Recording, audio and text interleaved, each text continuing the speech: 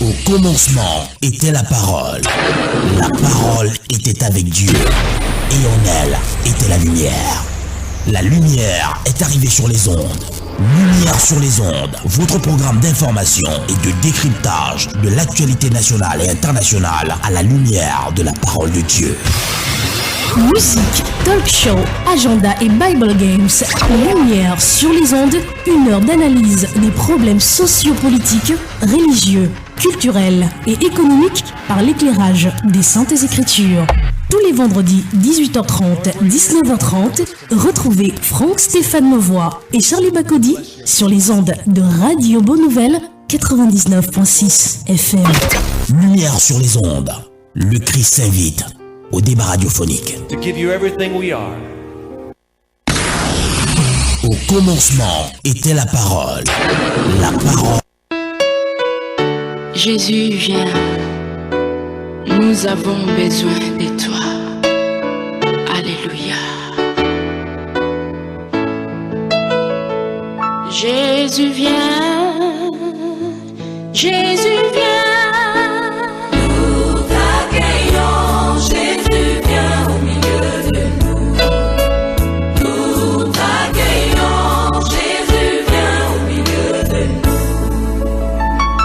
Saint-Esprit, viens, oui, viens. Nous t'accueillons, Saint-Esprit, au milieu de nous. Nous t'accueillons, Saint-Esprit, viens, conduis-nous. nous t'accueillons, Saint-Esprit, En toi. Mesdames et messieurs, bonsoir et bienvenue sur les ondes de Radio Bonne Nouvelle, la fréquence du corps du Christ. 2018 est une année électorale dans notre cher pays, le Cameroun, pendant que partis politiques et autres associations du même acabit affinent leurs plans et stratégies. L'église du Cameroun est également montée au créneau. Si certains prélats et hauts dignitaires de l'église catholique souhaitent le départ du président de la République, d'autres serviteurs de Dieu estiment que si M. Biya venait à décéder, comme l'a annoncé le docteur Guy Parfait-Songuet, il le ressusciterait. Tout ce mouvement observé au sein des communautés chrétiennes nous a amenés à en débattre ce soir. Mesdames et messieurs, rôle de l'Église en période électorale, c'est le talk show de ce soir. Rôle de l'Église en période électorale, c'est le thème qui sera mis au devant des feux de projecteurs ce soir.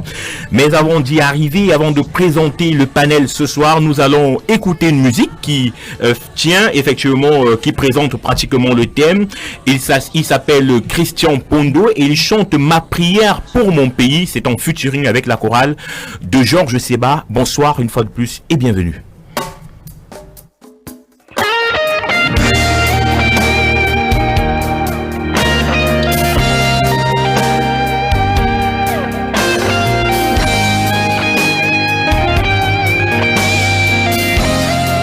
Cette chanson est ma prière pour mon pays, ma vision pour ma patrie. C'est mon état d'âme et mon cri. Dieu, écoute-moi, je te prie. Que ta gloire vienne sur ce pays. Quelle que soit la durée de la nuit. Le matin, la lumière brille. Car les ténèbres ne régneront pas toujours le jour. Brille. Lève-toi, Cameroun. Rayonne de tous tes feux. Envole-toi, Cameroun. Vole, divin potier mou. Nous sommes malades de tant de maux. Contre l'ennemi garde. Éternel Dieu, sauve la nation. Sauve-nous, Seigneur, pour l'amour de notre chère patrie. Le travail et la paix aussi. Deviennent en nous esprit et vie. Oh, pour qu'avance notre pays. Que le peuple et ses dirigeants aient de nouveaux cœurs repentants. Oui, Oui, qu'il soit responsable et conscient. Qu'il soit responsable et conscient. Pour un renouveau. Pour l'avènement d'un pays gagnant. Prie. Réponds à ta destinée. Lève-toi Cameroun. Brille de toute ta splendeur. Rayonne au Cameroun. Envole-toi vers les hauteurs. Oh, Seigneur, change le Cameroun. Oh, nous sommes malades de tant de maux. Garde-nous de nos ennemis. Éternel Dieu, sauve la nation. Hosanna, sauve Seigneur. La vie et la mort sont au pouvoir de la langue, dit la Bible, et nous périssons par notre manque de connaissance. Car plusieurs dans leur ignorance sont amis du destructeur, par toutes sortes de déclarations négatives et de malédictions qui font venir le malheur sur la nation. Il est temps que nous changions de paradigme en changeant de confession. Au nom de Proverbe 11:11, la nation s'élève par la bénédiction des hommes droits, mais elle est renversée par la bouche des méchants. Que la voix des justes s'élève et plaide pour la nation devant Dieu qui promet. Si mon peuple, celui qui est invoqué mon nom, s'humilie, prie et cherche ma face, et si se détourne de sa mauvaise voie, je l'exaucerai des cieux, je lui pardonnerai son péché et je guérirai son pays. Oui, c'est en nous mettant sur nos genoux que nous construirons aussi une nation prospère debout. Si tu m'entends mon frère, ma soeur, élève ta voix avec nous maintenant et prie. Que ton nom soit sanctifié. Que ton nom soit sanctifié. Que soit faite ta volonté. Que soit faite ta volonté. Oui, que ton règne soit établi. Que ton règne soit établi. Partout à travers le pays. Partout à travers le pays. Jésus-Christ, nous te couronnons. Jésus-Christ, nous te couronnons. Seigneur et roi de cette nation. Seigneur et roi de la nation. Et par la puissance de ton nom, Et par la puissance de nous ton jugeons, nous lions et nous renversons. Nous renversons tous les démons. Lève-toi, ma nation. Lève-toi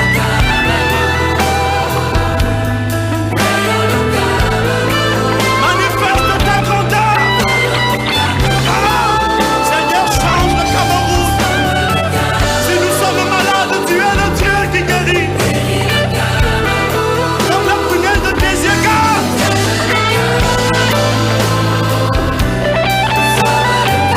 Sauve-nous, Seigneur. Retour dans ce studio de la Radio Bonne Nouvelle après cette très belle chanson de Christian Pondo et du collectif La Chorale de Georges Seba qui chante pour le Cameroun. Et ce soir, nous parlons effectivement du Cameroun. Vous savez, mesdames et messieurs, nous sommes en période électorale. Cette année, effectivement, les élections présidentielles vont donc se dérouler.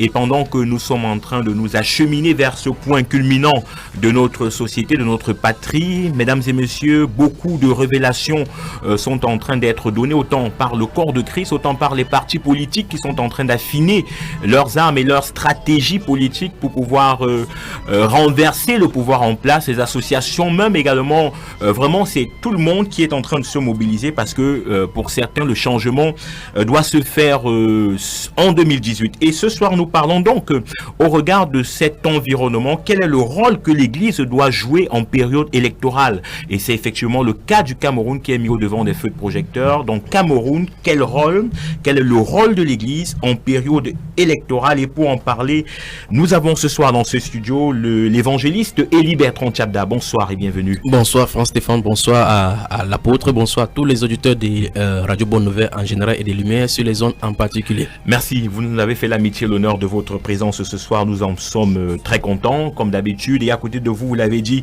nous avons l'apôtre André Fanda qui est apôtre mais qui est également directeur de publication d'un organe de presse. L'apôtre est le leader de la mission biblique de délivrance qui est située ici à Douala. Ngodi, bonsoir et bienvenue. Merci de m'avoir invité. Je salue déjà le panéliste qui est avec nous et je salue tous ceux qui sont en train de nous écouter.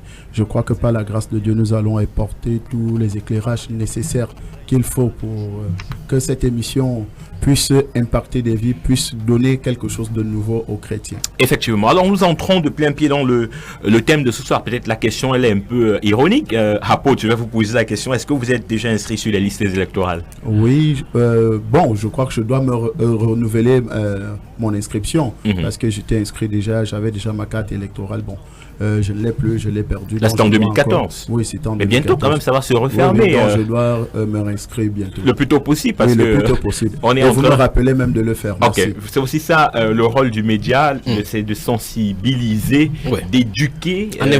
En informant, tout à fait. Elie Bertrand Tchabda, c'est pratiquement la même question. Est-ce que vous êtes inscrit sur les listes électorales? Non, je ne me suis jamais inscrit sur les listes électorales. Vous êtes pourtant Camerounais? Absolument. Vous êtes homme de Dieu. À moins que vous me dites que la loi oblige, l'exclusion est obligatoire. Non, mais peut-être vous avez une raison pour laquelle vous, et comme vous le dites, depuis la majorité au Cameroun, je crois que c'est de 21 ans, vous ne vous êtes jamais inscrit sur une liste électorale, ça peut poser quand même problème quand on sait que vous êtes... c'est pas obligatoire. Je suis d'accord, mais si c'est pas obligatoire, juste de mon droit de ne pas m'inscrire. Ah, ok. Absolument. Donc il n'y a pas une raison. Il n'y a pas une raison. C'est pas tout simplement. C'est pas obligatoire. Donc le jeu politique, l'alternance au pouvoir, décider des choix de qui va porter la nation camerounaise, vous n'en voulez pas. Franck Stéphane, les choix ne se décident pas dans les urnes. Ok. Oui, donc malgré que le physique est son palliatif. Mais ce qui veut dire, c'est que les choix ne se décident pas là-bas. Donc vous inscrivez sur les listes électorales pour aller voter physiquement. Moi, je m'inscris à genoux. Ok. Voilà. Ok, on a très bien compris. Alors, Elie Bertrand Tchabda, c'est quand même un environnement qui a tendance à apurer certains Camerounais quand on sait que les régions, par exemple, du sud-ouest et du nord-ouest sont un peu dans des tensions, je ne vais pas dire guerre, parce que ce n'est pas un état de guerre, donc sont dans des soulèvements, dans des revendications. Effectivement, on a connu également la crise de Boko Haram du côté du nord. Gloire à Dieu, les forces de défense camerounaises ont pu, je vais le dire, damer le pion à cette nébuleuse, mais on est quand même dans un environnement pré-électoral. Oui, alors, comme d'habitude. Alors, quelle est la lecture que vous faites sur le plan spirituel de cet environnement, de ces soulèvements, de ces bruits de guerre, et même sur le plan sociétal, plan social, on voit aussi des meurtres, des crimes, une tête coupée par là, un pied coupé par-ci. Ça, c'est quand même inquiétant. Quelle est votre lecture sur le plan spirituel? Voilà, sur le plan spirituel, nous pouvons tout seulement dire qu'à l'Éternel, la terre et tout ce qu'elle renferme, le monde et tout ce qu'il vit. Il n'y a rien qui se passe sur la terre sans la volonté du Seigneur. Ceci étant, si nous considérons que Dieu est le maître, et il est effectivement le maître et le souverain de toutes les nations, nous pouvons tout simplement dire que chaque chose qui se passe dans les nations, et y compris en particulier notre pays, parce que nous ne sommes pas dans un cas particulier dans l'année électorale, il y a d'autres pays voisins, puis la Côte d'Ivoire qui sera également dans les années, en 2020 particulièrement, et vous voyez les tractations qui s'y positionnent déjà. Ce qui se trouve donc sur le plan spirituel, c'est de savoir exactement quelle est la pensée de Dieu, ce qu'il en est. Parce qu'en réalité, comme j'ai dit, lorsque la petite question que vous m'avez posée dès le départ, j'ai dit vous vous inscrivez sur la liste électorale, moi je m'inscris à genoux. Ça veut dire que c'est sur le plan spirituel en réalité que ça se déroule. Et c'est le spirituel qui gouverne le physique. Maintenant, sur le plan spirituel, qu'est-ce qui se passe? Nous voyons effectivement, il y a des choses qu'on ne doit pas livrer comme ça parce que les prophéties du Seigneur jusque véritablement ne courent pas les rues. Et par conséquent, donc, je pourrais tout simplement dire que l'année électorale est que, comme toute autre année électorale, si on le considère sur le plan physique. Mais sur le plan spirituel, c'est toute autre chose. Qu'est-ce qui va se passer sur le plan spirituel? On parle d'une lecture. En fait, partagez avec nous, c'est aussi ça. Vous avez parlé du rôle des médias. Vous êtes un homme de Dieu, vous êtes sur un média chrétien, alors il faut édifier les chrétiens. Mais ce qui veut dire par rapport aux médias, déjà que le média joue le rôle du Seigneur parce que Jésus était médiateur. Et média, ça veut dire que quelqu'un entre le peuple et une opinion. Maintenant, cela étant, si le média était vérité, je dirais exactement ce qu'il en est. Si ou mieux encore, si le Seigneur Jésus, qui est le médiateur, avait dit qu'il dit certaines choses, je le dirais de façon crue et crûment ici. Et je le dirai dans bientôt. Dans bientôt, ça veut dire tout dans les prochaines 30 minutes qui nous restent. C'est-à-dire bientôt, comme le Seigneur dit qu'il arrive bientôt, par exemple. Ok. Alors, apôtre André Fonda, vous avez fait la même lecture que nous, le même constat que nous. On est en période électorale et ça bouge, ça bouillonne. Vous pensez que ça va très bien se passer? Est-ce que, comme certains le disent, le Cameroun va connaître une guerre sanglante ou alors tout va bien se passer? Quelle est votre lecture en tant qu'homme de Dieu? Alors, ma première lecture, je voulais d'abord rectifier mon nom. Je m'appelle André Fanga et non un nom. André Fanga. Voilà. Excusez-nous. André voilà. Fanga. Super. Voilà. Ok. Ok. Je pense que ceux qui prédisent le malheur, le chaos au Cameroun pour cette année électorale, non, ils se trompent. Ok. Ils se trompent pourquoi? Parce que l'évangéliste lui-même a bien dit, il y a ceux qui s'inscrivent sur les listes électorales physiques Et il y a ceux qui s'inscrivent à genoux. Et je crois qu'ils sont nombreux aussi qui s'inscrivent à genoux. Et en dehors de ceux qui s'inscrivent à genoux et qui s'inscrivent aussi, il y a d'autres qui s'inscrivent aussi sur les listes électorales comme moi. Donc aujourd'hui, nous pensons que nous sommes à genoux pour notre nation. C'est pour ça que l'Éternel a demandé, priez pour la nation dans laquelle vous habitez, parce que votre bonheur en dépend. Donc, si nous sommes 2, 3, 4, 5 qui prions véritablement pour le Cameroun, il y aura changement. Il n'y aura pas toutes ces prophéties de malheur. Et je crois que le travail a déjà commencé. Il y a des programmes de jeunes, il y a des programmes d'évangélisation, il y a des programmes de ceci. Et d'ailleurs, même, vous êtes en train de contribuer pour que ça se passe bien. Parce qu'en ayant des émissions comme ça et en mettant un thème comme celui-là, c'est pour que nous qui venons intervenir, nous puissions apporter notre contribution et sensibiliser ces populations parfois qui ne comprennent pas. Parce que vous avez dit, vous êtes un média chrétien. Sachez que vous n'êtes pas ce n'est pas seulement les chrétiens qui écoutent ce média. Ils sont nombreux. La société civile, des gens qui n'ont rien à voir avec la chrétienité, qui aiment bien écouter la Radio Bonne Nouvelle. Radio Bonne Nouvelle.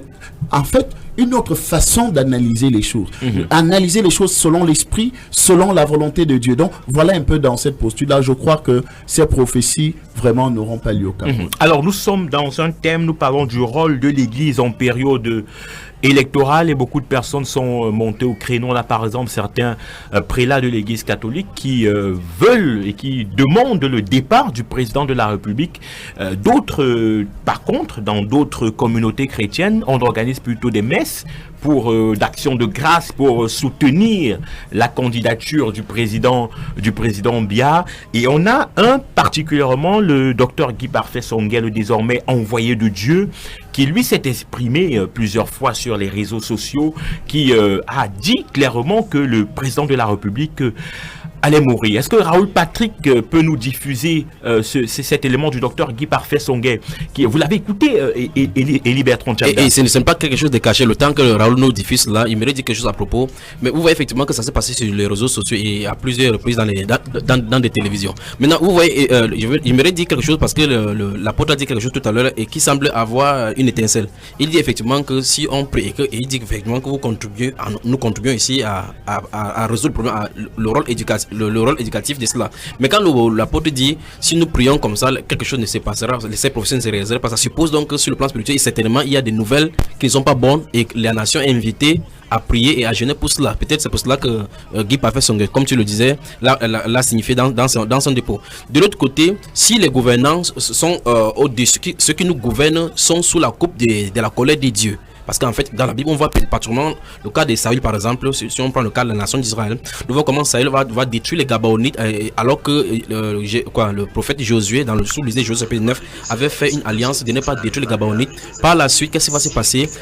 David va hériter de ce même royaume-là du roi Saül, et puis Dieu va lancer la famine sur Israël. La Bible déclare David va chercher la face de Dieu dans celui dit le 1 Samuel chapitre 21, qui va chercher la face de Dieu, et Dieu va dire que c'est à cause de la maison sanguinaire de Saül que la famille est venue, et la famille n'est même pas venue sur Saül.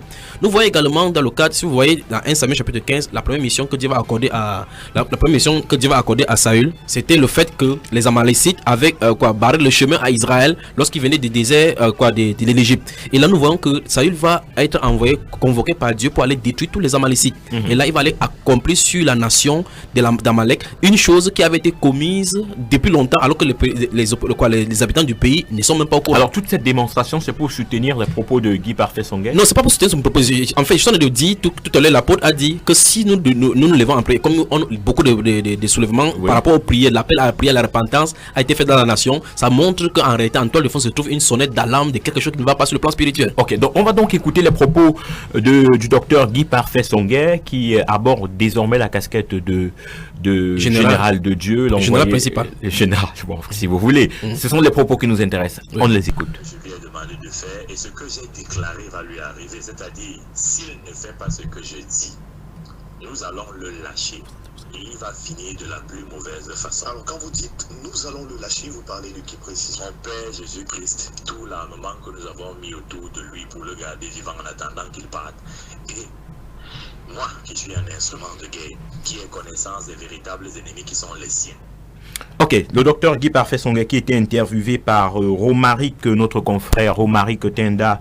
C'était au cours d'une émission réalisée sur les réseaux sociaux, l'émission qui s'appelle 7 minutes pour convaincre, produite par Afrique Informe. Donc il déclare que le président de la République va mourir cette année. C'est une déclaration assez forte. Et, y compris tout son gouvernement. Y compris tout son gouvernement, bien entendu. Je disais que c'est une déclaration assez forte à laquelle a répondu l'apôtre André Fanga dans l'édition de la dépêche du numéro 059 du 12 avril 2018. J'ai le journal avec moi et l'apôtre qui est d'ailleurs dans ce studio a dit, voilà, effectivement, on a la une qui titre, la une de la dépêche qui titre aussi Paul Biya meurt cette année, j'irai là-bas le ressusciter. On comprend que c'était en réponse au docteur Guy Parfait Songhé.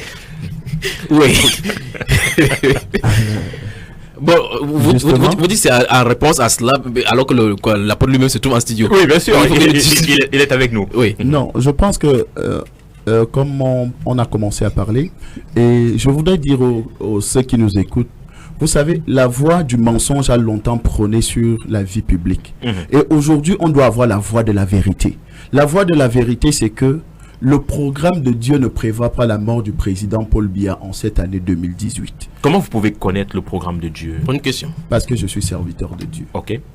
Et en tant que serviteur de Dieu, en tant que oint de Dieu, et c'est pour ça que si vous lisez bien, je m'appelle André Christelle Fanga, apôtre par vocation.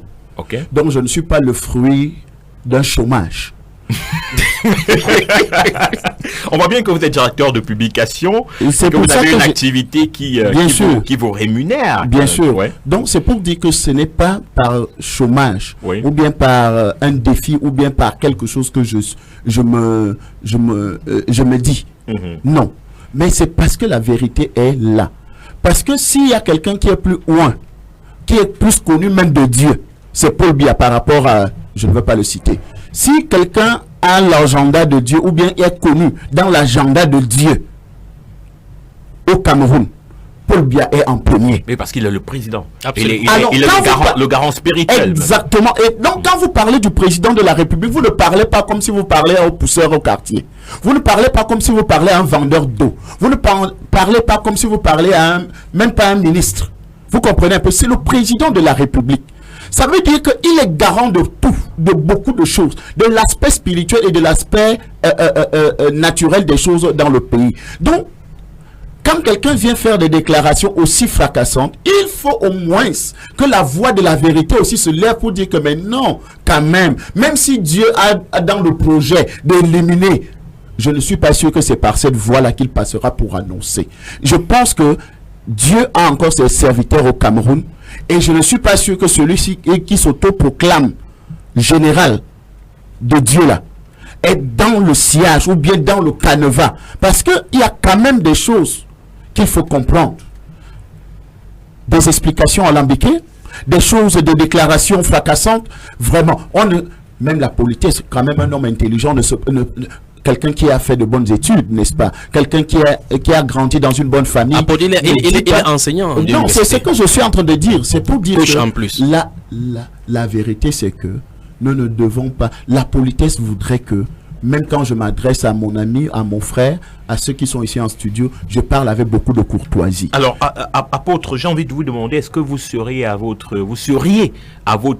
premier miracle en termes de résurrection, parce que vous le dites de manière péremptoire, j'irai là-bas le ressusciter. C'est comme si vous avez l'habitude de ressusciter des personnes. Je crois plutôt qu'il insiste là-dessus, c'est pour vous dire qu'il est sûr qu'il ne mourra pas. Je suis sûr qu'il ne mourra pas. Ah ok, c'est pas première des choses. Oui. Mais si c'est pour les cas de résurrection, il y en a déjà eu. Ok. Et je vais vous prendre un exemple terre à terre parce que je parle avec beaucoup de certitude. Vous comprenez un peu, je ne fais pas des déclarations au hasard. Si vous allez tout de suite là, vous demandez au gouverneur de la région du centre qui s'appelle Monsieur Nassiré Paul Biya. Oui. Avant qu'il ne soit nommé gouverneur, nous nous retrouvons à l'hôtel Sawa. Le Seigneur me dit, voici le futur gouverneur du centre. Je lui dis clairement devant l'hôtel Sawa, devant tout le rôle, messieurs, vous êtes le futur gouverneur du centre. À 17h00, le décret tombe, nommant gouverneur Nassiré Paul Biya. Je vous dis, prends encore un autre exemple plus haut. Je suis à l'hôtel Hilton et je suis en face, je discute avec monsieur Ignat Difendi Marcel, la première mandature du Sénat.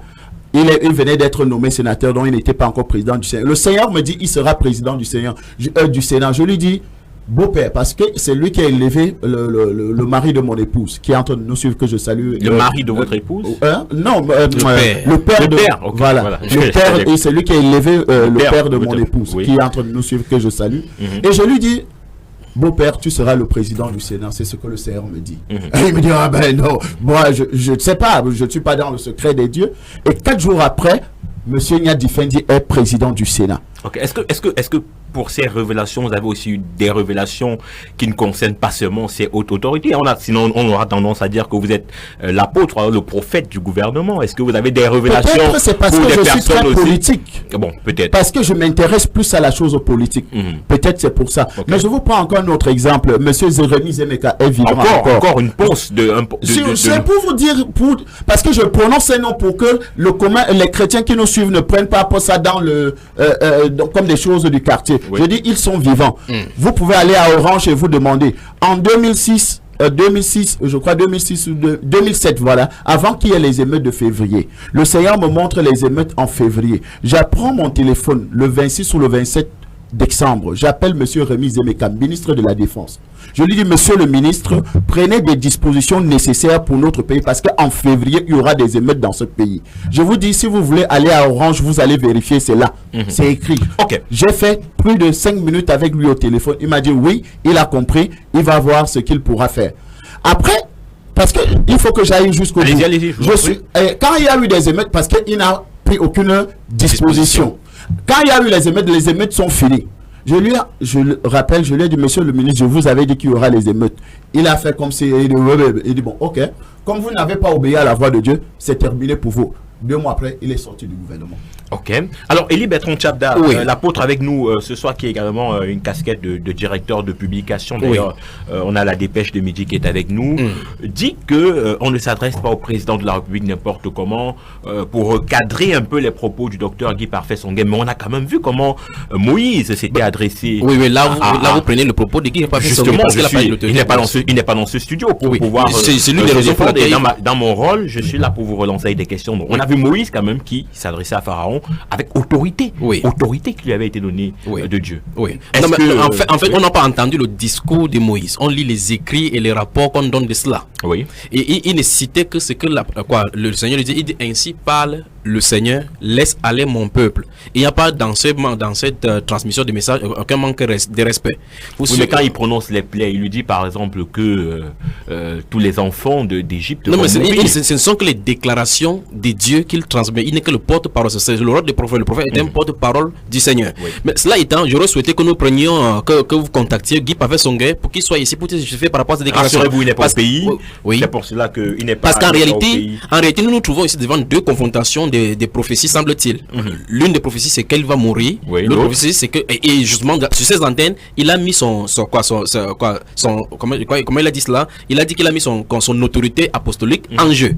Parce qu'il a dit, les journalistes lui avaient effectivement posé la question, et si ça ne se passe pas, il dit que justement, c'est son honneur qu'il a mis en jeu. Et ici, donc, l'apôtre dit dans la presse, et c'est là, voilà, c'est en grand titre, si Paul Biya meurt, va le ressusciter. Or, Paul Biya est mortel. Il y a une probabilité à 50% qu'il meurt, il y a une probabilité à 50% qu'il ne meurt pas. Donc, on pourrait dire de l'apôtre qu'il est proche du gouvernement et que d'autres personnes pourront dire qu'ils font un clin d'œil à Paul Biya pour avoir de l'argent. Ou alors pour être nommé. Et l'autre également peut dire aussi pour Guy Parfait Songhai, parce que dans ce discours, il a eu à travailler avec les agents des renseignements du pays et on lui a pas donné de quoi il est question, qu'il est aigri contre eux. Donc c'est bonnet blanc bonnet. Mais qu'est-ce qui se trouve derrière en réalité? En fait, il faut que nous comprenions que la nation est appelée à la repentance, un point c'est tout. Quel qu'en soit ce qu'il en est, il faut que chaque personne qui nous écoute comprenne très effectivement qu'il est temps qu'on tourne le cœur vers Dieu et qu'on cesse de vivre dans le péché. C'est ce qu'il en ressort. Je complète juste ton information parce que pendant 3 ans, j'ai passé le temps à créer et tous les éditoriaux c'était sur la repentance nationale. Et je l'ai écrit jusqu'à la présidence de la République, le secrétariat général, le premier ministère, je l'ai écrit partout. Que le Cameroun a besoin de repentance. Je l'ai écrit, je l'ai dit. Pourquoi donc avec la proximité parce qu'il a parlé tout à l'heure des remises et c'est-à-dire les gouvernants, le gouverneur, puis Paul Biya qui est un chrétien justement, et le président du Sénat, l'ancien président du Sénat, le très honorable Nyadi Fendi. Pourquoi donc avec cette proximité et les écrits dont vous dites, pourquoi cette assourdissante, cette mutisme frappante? Moi je pense que quand vous êtes appelé à une mission votre rôle, c'est d'accomplir votre mission. Maintenant, si ceux qui reçoivent cet appel, qui reçoivent ce message, ne veulent pas exécuter, tant pis pour eux. Vous comprenez un peu? Je pense pas que si je côtoie ces gens, c'est pas pour mes beaux yeux, c'est pour leur dire ce que le Seigneur me demande de dire. C'est pour leur annoncer la vérité, c'est pour leur dire la vérité. Et c'est pour ça que si aujourd'hui ils refusent la vérité, ils ne veulent pas croire à cette vérité. Ils croient que c'est peut-être un plaisantin, quelqu'un qui a peut-être besoin de quoi manger, qui vient les flatter et tout et tout. Non, je ne suis pas là pour ça. Je fais ma part. Parce que devant Dieu, je vais rendre compte. Parce que quand il me dira, je t'ai dit de dire ceci, tu n'as pas dit, je t'ai dit de faire ceci, tu n'as pas fait, tu mérites d'être puni et j'accepterai devant le Seigneur. Alors, il n'y a pas que le docteur Guy Parfait Songa. Je parlais de l'église catholique également. On connaît très bien le père Ludovic Lado, qui lui aussi a dit que Dieu chassera Biya en 2018. Mais à côté de cela, il y a quand même un pasteur qui me semble intéressant, un pasteur que nous avons découvert au hasard des rues. On l'a écouté, on l'a enregistré. Il s'exprimait d'ailleurs sur la scabreuse et fameuse affaire Mida. On ne reviendra pas là-dessus, on connaît très bien cette affaire qui était présentée d'abord comme une ONG salutaire pour les Camerounais. Après, on a découvert des élans de secte et vraiment, c'est pas le débat, on en fera certainement une émission là-dessus. Mais on va écouter quand même ce pasteur. Vous allez écouter ce qu'il dit, c'est très important. Bonjour à tout le monde. Moi, c'est le pasteur Henri Ngono, leader principal de la mission Conquérante, parce que c'est la mission, nous avions une association Mission Conquérante depuis la 6e vague.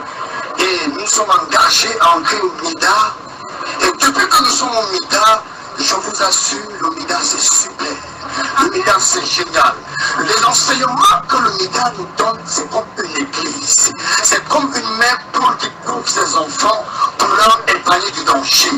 Tout ce que le MIDA nous dit, c'est de la paix dans cette nation. Ce qui m'a tellement marqué dans le MIDA, c'est que le MIDA a des pensées de l'émission 2035. Sans vous, je vous dis ce soir, j'ai dit à l'église, à toute mon église, je pense qu'en 2018, toute l'église, celui qui ne vote pas le président Paul Biya, n'est plus fidèle de mon église. Parce que ce que le MIDA est en train de faire, Alors c'est avec une explosion d'applaudissements, d'acclamations que le pasteur est porté au firmament. Alors la phrase que je voulais qu'on retienne pour ne pas revenir sur l'affaire Mida, on en fera toute une émission. Ici, c'est que le pasteur dit qu'il a dit à tous les fidèles de son église, et vous voyez qu'on est bien dans le thème, parce qu'on parle du rôle de l'église en période électorale. Il a dit aux fidèles de son église que ceux qui ne voteront pas pour le président Paul Biya ne feront plus partie de son église. Réaction. Je prends vraiment à chaud. Vous voyez effectivement qu'on est en train d'aller trop loin. Vous posez la problématique ici, c'est en fait quelle est la place le rôle de l'église en période électorale. Et puisque l'église a une vocation universelle, ce n'est pas seulement le cas du Cameroun qui est important, parce qu'en fait nous avons quelque chose en prélude devant nous là qui nous permet d'examiner ce thème. Son propos me fait penser à celui de Cam Devin-Diodor, qui avait effectivement dit en amenant le truc de Forex ici, ce n'est pas dans son procès également, que si un pasteur ne fait pas inscrire ses fidèles au Forex, c'est terrible ce qu'on a au milieu de l'église aujourd'hui. Et là, il parle justement de Mida avec une vision de 2035. Les chrétiens n'ont pas de vision limitée sur la terre. Nous avons la vision pour le royaume. Donc, on voit effectivement que c'est quelqu'un qui a ici l'appétit RDPciste. Quand on regarde même aujourd'hui tous les choux gras dont a fait le Mida en question dans la presse, on se rend compte. Me pose la question si c'est le pasteur qui va quitter l'église. Était vraiment à côté par rapport à ces déclarations. Mais là, c'est pas le problème. Apôtre, est-ce que vous influencez aussi les choix électoraux de vos fidèles? Parce que ce pasteur dit clairement que si dans son église on ne vote pas pour le président Biya, alors on est mis de côté. Comme pour emprunter le terme à l'église catholique, on vous excommunie. Alors, est-ce que vous influencez le choix de vos ouailles? Non. Qu'est-ce que vous leur dites? Première des choses, je pense que le citoyen, parce que comme le dit Romains 8, le verset 19, aussi la création attend d'elle avec un ardent soupir la manifestation des fils de Dieu. Alors, chaque fils doit se manifester dans chaque secteur, dans chaque segment de la société. Et en période électorale que nous sommes aujourd'hui, mon souhait, c'est que chaque chrétien puisse manifester Christ. Maintenant, dans le choix, c'est selon la révélation, selon que tu ressens dans ton esprit. Vous comprenez un peu. Là, maintenant, ça devient un problème d'appartenance à un parti politique. Mais le chrétien est obligé de vivre, de suivre, de participer dans la vie de son pays. La vie, pas seulement politique, dans tous les domaines. D'ailleurs, le docteur Martin Luther King disait, une église qui n'arrive pas à résoudre les problèmes sociaux ne doit pas exister. Vous comprenez un peu? Bien sûr. Donc, aujourd'hui, l'église n'est pas seulement là pour catch fire. In the name of Jesus. Non. Back to sender. Back to the sender. et tout ce genre de choses que nous connaissons. Vous comprenez un peu? Ouais. Ok, soyez bénis. Amen. Non, l'église aussi a un rôle d'influence. Oui. L'église doit influencer. Et pour ne pas indexer toute l'église, je peux personnaliser en disant un chrétien né de nouveau, rempli de l'esprit du Seigneur, doit influencer, doit apporter quelque chose de nouveau, doit faire que des choses anciennes puissent passer, des choses nouvelles doivent s'établir. Parce que si le chrétien qui s'inscrit sur une liste électorale fait le bon choix du vote, si nous tous, nous faisons le bon choix du vote, il y aura changement. Parce que, d'abord, nous allons prier. Permettez-moi, vous avez 4 francs-maçons devant de vous. Vous faites quel bon choix? 4 francs-maçons? Oui, qui sont les candidats? Alors, je voulais vous dire, les 4 francs-maçons, plus 2 rosicruciens avec un marabout. Je suis sûr que parmi les 4, ou bien, disons les 6, oui. Hein, il y a quand même la main de Dieu sur quelqu'un, oui. Même s'il est franc-maçon. Ouais. Le choix de Dieu se pose sur quelqu'un. Parce que, vous savez une chose, chaque dirigeant est à l'image de son peuple. Vous comprenez un peu. Nous pouvons, et c'est pour ça que ces émissions sont intéressantes, pour appeler les chrétiens que, mais vous allez continuer à laisser les gens qui décident, qui décident pour nous, ceux qui sont dans des sociétés secrètes, parce que justement, la Bible dit, je cherche un homme. Je cherche un homme. Je cherche quelqu'un qui est capable. Est-ce qu'il y a des chrétiens capables? Parce qu'aujourd'hui, parce que quand on parle de capacité, on parle de capacité intellectuelle, capacité financière, capacité de raisonnement. D'ailleurs, même quand vous allez plus loin dans Isaïe 11, à partir du verset 1, il dit, le rejetant d'Isaïe un rejetant sortira du trône d'Isaïe. Il sera rempli de sagesse et d'intelligence. L'esprit d'intelligence, l'esprit de sagesse, l'esprit, en fait, chaque chrétien doit être rempli de l'esprit de sagesse pour savoir, pour comprendre, analyser la société sur laquelle nous vivons. Sur le candidat, par exemple, sur les candidatures, Dieu, qui tu as choisi pour notre nation? Parce que c'est ça le plus important. Et actuellement, et moi je crois que actuellement, le président Biya a encore le choix de Dieu pour le Cameroun. En attendant que autre chose arrive, que Dieu dise. Donc, il y a une possibilité qu'il meure même, apôtre. C'est possible, c'est un être humain. Et là, vous êtes engagé d'aller le ressusciter. Non, je dis une chose, n'est-ce pas? J'ai dit, si le président Biya meurt cette année, oui. Je précise bien, cette année, en 2018, oui, moi, André Christophe Fanga, j'irai le ressusciter. Là, je promets, il faut que nous promettions aux éditeurs que si on annonce sa mort le lendemain, il faut qu'on fasse un journal, une émission spéciale LSO ici avec lui, et puis nous allons ensemble en live. Je vous assure que je serai partant. Merci, soyez-en sûrs. Je ne changerai pas mes propos. On portera nos caméras pour aller ressusciter, voire faire ressusciter le président de la République que nous portons dans nos cœurs. Parce que nous sommes Camerounais et que le président Biya, il faut le rappeler, a accédé au pouvoir, pas par une guerre, pas par une tricherie, pas par une magouille, mais c'était de manière correcte. Alors, vous pouvez participer à l'émission, mesdames et messieurs, vous qui nous écoutez au 697 58 90 61, 697 58 90 61 ou au 652 11 57 97, 652 11 57 97 par appel ou par SMS participer. Je reprends rapidement les codes d'accès 697 58 90 61 et le 652 11 57 97. Vous pouvez appeler ou alors vous pouvez nous envoyer un message. Et parlons de messages, il y a un auditeur qui nous écrit et qui s'adresse à l'apôtre Fanga. Bonsoir apôtre Fanga, c'est le frère Billy qui nous écrit par WhatsApp. Il dit apôtre, de quel parti politique êtes-vous? Je ne suis d'aucun parti politique. Ok. Je crois quand j'étais un peu plus jeune, on m'a coopté que je dois faire partie du RDPC. Après, j'ai abandonné. N'avez-vous pas touché un penchant pour cela, apôtre? Non. Mais respectons les Saintes Écritures. Moi, je suis dans la logique de soutenir le président de la République. En tant que personnalité. En tant que personnalité, en tant qu'autorité de la nation. Vous comprenez? C'est ce que doit faire déjà tout chrétien. De facto, tout chrétien doit être dans cette posture-là. Alors, j'ai une question quand même qui me taraudait, pendant que je préparais l'émission. Alors, je voudrais savoir quand même, quand on regarde les Saintes Écritures dans l'Ancien Testament, on voit que Dieu passait par des prophètes pour aller installer des présidents, des rois. On a par exemple le cas de Samuel. Absolument. Avec Samuel, par exemple, on a vu comment c'est Samuel qui instituait les rois. C'est le même Samuel qui détrônait les lois. Absolument. On ne parlait pas d'élection, on ne parlait pas d'urne. Le choix de Dieu passait par un homme de Dieu. Oui. Alors, ma question est la suivante. Aujourd'hui, on a des hommes de Dieu. Oui. Dieu n'a pas changé. Absolument. Dieu est resté le même. Hier, aujourd'hui, éternellement, il est le même. Oui. Pourquoi aujourd'hui, donc, le choix de Dieu passe par les urnes, ou alors le choix des hommes passe par les urnes? Pourquoi Dieu ne choisit-il pas un homme qui va dire que voici, Dieu m'a envoyé te verser de l'huile sur la tête, et que quand cet homme posera cet acte, tout le peuple dira Amen? Oui. Est-ce parce que il y a aujourd'hui plus d'hommes de Dieu qu'à l'époque? Est-ce parce que la crédibilité de ces hommes de Dieu est remise en question? C'est la question de Bertrand Chapdal. Voilà, là, lorsque nous entrons dans le plan de Dieu, donc justement avec les différentes dispensations de Dieu, c'est là où on commence à faire le mélange si on ne fait pas attention. Vous allez remarquer que Dieu va choisir une nation sur laquelle il sera roi. C'est Dieu qui est le roi d'Israël. Jésus-Christ parle de son royaume. Il dit allez annoncer le royaume. Dans un royaume, il y a un roi. Or, dans notre pays, il n'y a pas de roi, il y a le président de la République.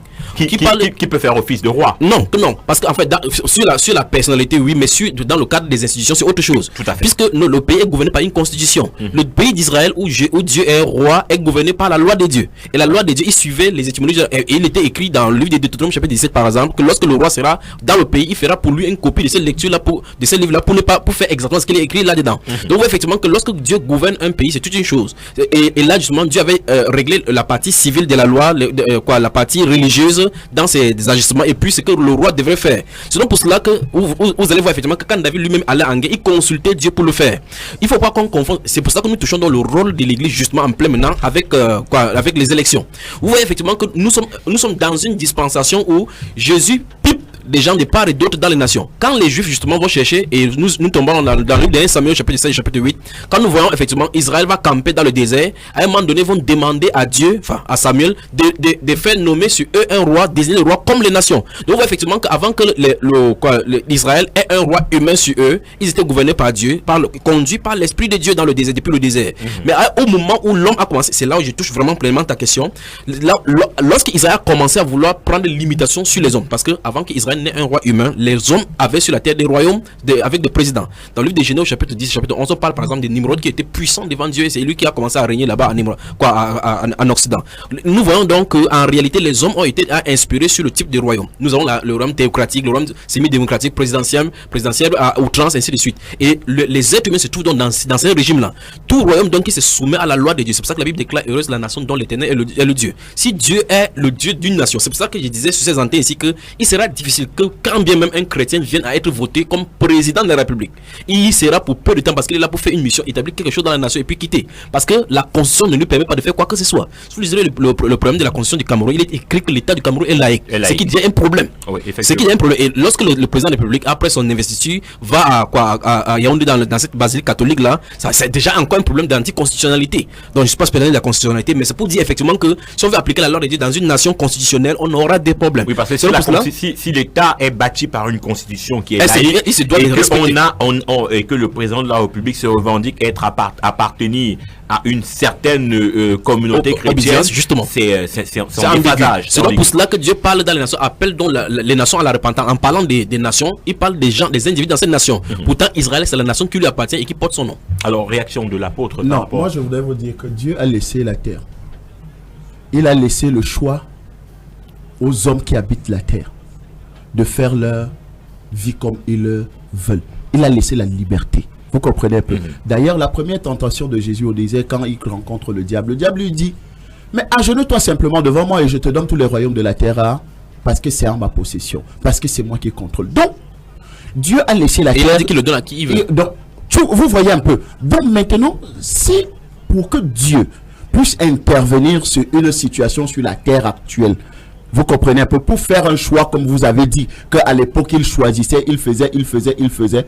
Alors, c'est les hommes qui l'invitent à intervenir. Si le Cameroun décide aujourd'hui dans son, peut-être à 60%, parce qu'il faut la majorité, vous comprenez un peu, décide que à partir de maintenant, ça va se faire comme ça, selon la volonté de Dieu, selon la loi de Dieu, selon la vie de Dieu. C'est pour ça que si, par exemple, le Parlement camerounais, c'est-à-dire le Sénat et l'Assemblée nationale, sont en accord et décident de revoir la Constitution, de reviser la Constitution, et en établissant, d'ailleurs, il y a un député qui avait voulu mettre une loi comme ça, que premièrement, Dieu au Cameroun, comme avant toute chose, Dieu.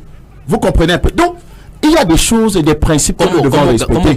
Donc, aujourd'hui, nous avons des problèmes parce que justement, nous laissons faire. Nous laissons faire. Parce que Dieu a laissé le monde. Dieu dit dans, je crois, c'est Matthieu 6,33, cherchez premièrement le royaume des cieux et sa justice. Et le reste vous sera donné par-dessus tout. Le reste, c'est qui? Vous pensez que les présidents de la République ne sont pas inclus dans le reste? Vous pensez que les richesses de la terre ne sont pas inclus dans le reste? Le reste vous sera donné par-dessus tout. Votre volonté sera exécutée sur la terre si vous cherchez premièrement le royaume des cieux. Alors, chrétiens, cherchons d'abord premièrement le royaume des cieux. Chercher le royaume des cieux, ce n'est pas dormir à l'église 24/24. C'est mettre en application la parole de Dieu. Quand vous la mettez en application, alors vous pouvez vous tenir, vous dire, Dieu, je veux ma nation. Je veux que le Cameroun soit dirigé par un chrétien. Un chrétien né de nouveau, rempli de l'Esprit de Dieu. Je veux que la mairie de mon quartier soit conduite par ceci. Tout ce que vous allez déclarer va trouver son accomplissement. Parce que d'abord, vous êtes premièrement en étroite collaboration avec Dieu. Oui, mais ça me pose un problème, un souci avec les premiers chrétiens. Les premiers chrétiens qui avaient l'authenticité du premier Saint-Esprit. Oui. Pourquoi n'ont-ils pas biaisé le Saint-Esprit au sujet de l'Église en virant dans la politique ou bien dans la constitution de leur société? Mais ou alors même, pour relancer votre question, pourquoi n'ont-ils pas pu déjouer les projets de Néron? Exactement. Qui était un bourreau contre les chrétiens. Contre les églises. On sait combien de chrétiens ont été tués sous Néron par de l'Église persécutée. Tous ont subi. Je vais vous répondre simple. Oui. Quand Dieu dit, quand Jésus finit de donner la mission aux 12 apôtres, qu'est-ce qu'il leur dit? De rester sur place, d'attendre le Saint-Esprit. Effectivement. Hein? Oui. Et après avoir reçu le Saint-Esprit, qu'est-ce qu'ils ont fait? Est-ce que le Saint-Esprit, il devait aller dans toutes les nations, annoncer la bonne nouvelle. Mais les apôtres sont restés sur place à Jérusalem. D'ailleurs, tellement ils étaient remplis du Saint-Esprit que Ananias et Saphira sont arrivés. Le Saint-Esprit qui était plein dans la salle, qui n'arrivait pas à se mouvoir, était obligé de frapper Ananias et Saphira. Vous comprenez un peu? Pour dire que l'Esprit de Dieu, quand l'Esprit de Dieu te dit, c'est pour élargir ta tente, pour élargir tes horizons. L'Esprit de Dieu était donné, ce n'était pas pour qu'il reste à Jérusalem. C'est pour ça que Dieu était obligé, Jésus-Christ était obligé d'aller prendre un apôtre pour les païens, qui s'appelle l'apôtre Paul, qui était Saül à l'avant, et qui a dit maintenant je fais de toi l'apôtre des nations. Et il a commencé à marcher dans toutes les nations païennes pour annoncer l'évangile. Mais l'apôtre Paul dit qu'il avait été mis à part dès le sein maternel d'être apôtre pour ces cours-là. Ça c'est un. Je suis d'accord. Le cas de Néron dont nous parlons n'était pas dans le cas du premier jour de l'Église. Je suis en train de vous expliquer le départ. Oui. La faute. Pourquoi la persécution arrive à l'Église, atteint l'Église de plein fouet. Parce que justement, les premiers sont restés sur place, ils ne sont pas allés accomplir leur mission comme il fallait. Et les autres qui ont continué, d'autres ont fait, d'autres ne l'ont pas fait. Vous comprenez un peu? D'ailleurs, même l'apôtre Paul qui est arrivé avec des problèmes. Dieu a utilisé le bâton de persécution pour les disperser. Exactement. Dieu a utilisé. Et ils sont nombreux qui sont dans la malédiction dans les églises, en pensant qu'ils sont en train de faire la volonté de Dieu, alors qu'ils sont maudits, parce que Dieu ne l'attend pas là. Vous comprenez un peu? En réalité, ma préoccupation se situe au niveau de l'influence politique que nous avons aujourd'hui, que nous prenons. Nous avons laissé, c'est pour ça que j'ai pris Matthieu 6,33. Cherchez premièrement le royaume des cieux. Vous comprenez un peu? Et justement, comme nous n'arrivons pas à chercher le royaume des cieux, et nous proclamons tous les jours que nous sommes chrétiens, ok, Dieu se rassure maintenant que mon ami, tu vas chercher Dieu. Tu vas me chercher. Et il crée des conditions pour que tu puisses le chercher. Parce que, si vous regardez, la plupart des églises aujourd'hui, c'est le nombrilisme. C'est-à-dire moi, mon église, mon ventre, mes fidèles, mes brebis. C'est moi le père, eux sont les fils. Vous comprenez un peu? Et ça crée des dégâts énormes. Alors qu'aujourd'hui, nous avons besoin d'une église qui qui grandit, qui est en pleine expansion. Qui est en pleine expansion. D'ailleurs, il dit, je reprendrai de mon esprit sur toute chair, n'est-ce pas? Ça, c'est Joël. Et je crois que c'est dans le 2 Pierre encore. Qui le reprend. Qui le reprend. Qui le reprend et qui dit, oui, dans les derniers temps, Dieu va reprendre son esprit sur toute chair. Et tout ce qui arrive aujourd'hui, cette persécution qui arrive aujourd'hui, j'applaudis quand je vois les homosexuels. Je dis, oh Dieu, ta parole est la vérité. J'applaudis quand je vois les francs-maçons. Je dis, oh Dieu, ta parole est la vérité. Parce que ce que Dieu a dit est en train de s'accomplir. Et là, je peux marcher avec fierté et annoncer l'évangile. Que, oh, mon Dieu est vrai. Mon Dieu est vrai. Il a dit, voici ça. Donc, chrétiens, nous devons nous réveiller. Donc, en clé, il y a un problème d'ordre dans le camp de la chrétienté. Le pays va mal parce que la chrétienté va mal. Okay. C'est tout. Alors on va avancer puisque le thème on traite de ce soir de l'influence ou alors du rôle de l'Église en période électorale, et l'apôtre nous a bien expliqué que l'Église aussi a pour rôle d'influencer les différentes sphères sociales. En parlant, on peut parler de développement même. L'Église doit participer au développement. L'Église doit participer à l'assainissement du milieu dans lequel il se trouve. C'est pas seulement des prières. Exact. Alors Élie Bertrand Chapter, je voudrais qu'on s'y approfondisse vraiment, en parlant vraiment du rôle de l'Église, parce qu'il faut édifier les auditeurs. On est parti sur quelques dérives et quelques prophéties qui ont été données. On rappelle aussi aux auditeurs qu'ils peuvent participer au 697 58 90 61, 697 58 90 61 ou au 652 11 57 97. Oui. En réalité, dans chaque nation, comme depuis le moment de la période de la grâce, Dieu appelle les individus à la repentance. Dans chaque nation, Dieu a son peuple. Il a appelé l'apôtre Paul à aller parmi les nations pour les pousser à l'obéissance de la foi par l'évangile. Dans cette nation, et Dieu dit chaque fois dans ces ondes, c'est que Dieu peut secouer tout un pays pour faire venir, pour plier le cœur à lui. Il peut bouleverser toute une nation. Il peut organiser une guerre. Dieu peut lui-même organiser une guerre dans un pays pour faire venir un seul cœur à lui. Il peut bouleverser. Il dit qu'il donne l'Égypte pour ta rançon. C'est ce qu'il dit dans les Saintes Écritures. Donc, cela étant, l'Église se doit, comme l'apôtre le dit, de s'examiner. En réalité, parce que cette guerre intestinale et le fait qu'on a utilisé le nom du Seigneur Jésus comme un marque déposé pour avoir de l'argent maintenant, on ne peut pas prôner. Souvenons-nous que nous travaillons sous l'auspice du Saint-Esprit. Vous ne pouvez pas contrôler le Saint-Esprit, ou bien d'autres encore plus graves vont prendre la magie en Égypte, ainsi de suite, dans les pays étrangers, pour pouvoir faire des miracles, mais tout en prenant le nom du Seigneur Jésus. Mais quand on va se réunir pour prier, tous vont appeler le nom de Jésus. Pourtant, il y a de la magie noire, la magie blanche, tout mélangé. Donc en réalité, voici ce qu'il veut dire. Les enfants du Seigneur devraient comprendre que, comme la Bible le dit dans Matthieu 24, Jésus a dit que quand il y aura des bruits de guerre et de guerre, qu'on se garde d'être troublé. C'est-à-dire qu'il y ait quelque chose de mal qui va arriver en 2018, qu'il n'y ait pas quelque chose de mal qui va arriver en 2018. En fait, il n'y a pas sur la terre un endroit où il est calme. Parce que souvenez-vous que le calme que nous avons, que nous appelons paix, peut être le signe d'avant-courir d'une tempête qui va arriver plus tard. Bien sûr. En fait, on dit que la vraie paix que l'être humain doit chercher, pour ceux qui nous entendent maintenant, c'est d'être en paix avec le Christ du Seigneur. Parce que vous pouvez être effectivement en paix. On dit que le Cameroun est un îlot de paix, mais les gens meurent de malnutrition ici. Les gens meurent de la maladie ici, et pourtant on est en paix. Donc on peut avoir la paix, le pseudo-paix, et puis d'autres maladies déciment le peuple. Quelle est la solution? La solution, c'est la repentance et se tourner clairement et pleinement au Seigneur Jésus-Christ. Alors si je comprends bien, l'Église doit prôner la paix. L'Église doit amener ces différentes cibles. L'Église elle-même doit se repentir des différents mots qu'on a permis d'entrer dans l'Église, la mondialité qu'on a permis d'entrer dans l'Église, afin d'être la lumière du monde, le sel de la terre, tel que dit par le Saint-Esprit. Mais là, je parle dans période électorale. Non, en fait, l'Église n'est pas conditionnée. Comme je l'ai dit, ce n'est pas conditionné par une période. Ça veut dire que ça doit être la mission régalienne de l'Église. Donc, c'est une mission permanente. Et par conséquent, en fait, l'Église est la sentinelle même de le peuple de Dieu qui se trouve dans une localité. C'est la sentinelle de ces lieux-là. Dieu ne peut pas venir faire quelque chose dans un endroit comme ça sans avertir ses enfants qui s'y trouvent. Voilà. Ok.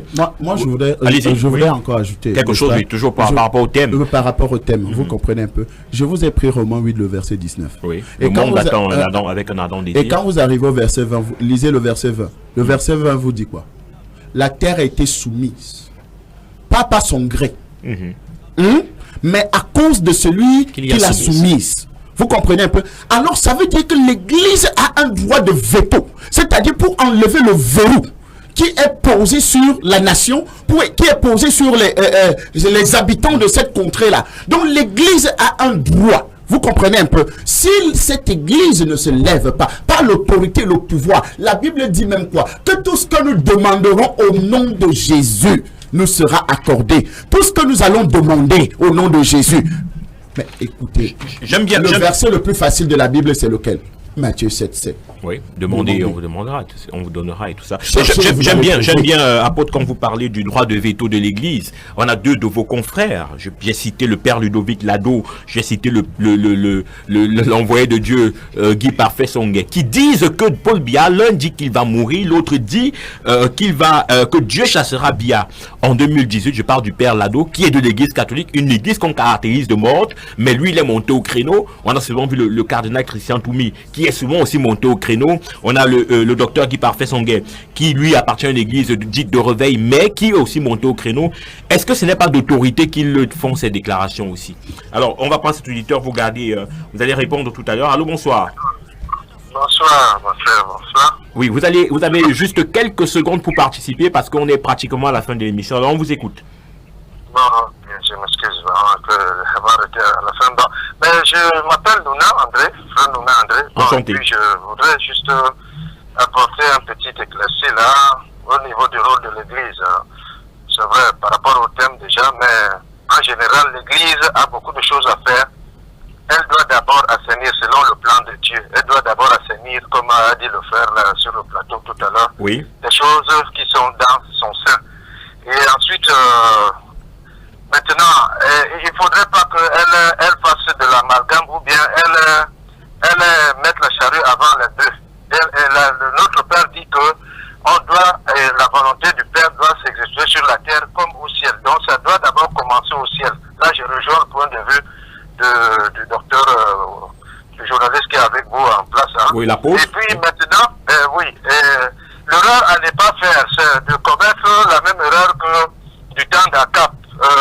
Lorsqu'il fallait aller conquérir le pays de Galade, ils n'ont pas attendu le temps de Dieu. Donc c'est les 3 points pour être succinct. Ok, merci infiniment. Alors, apôtre, merci infiniment pour votre participation. Vous répondez rapidement aux questions de deux de vos confrères qui, d'autorité, disent aussi que qui ne sont pas moins des serviteurs que vous.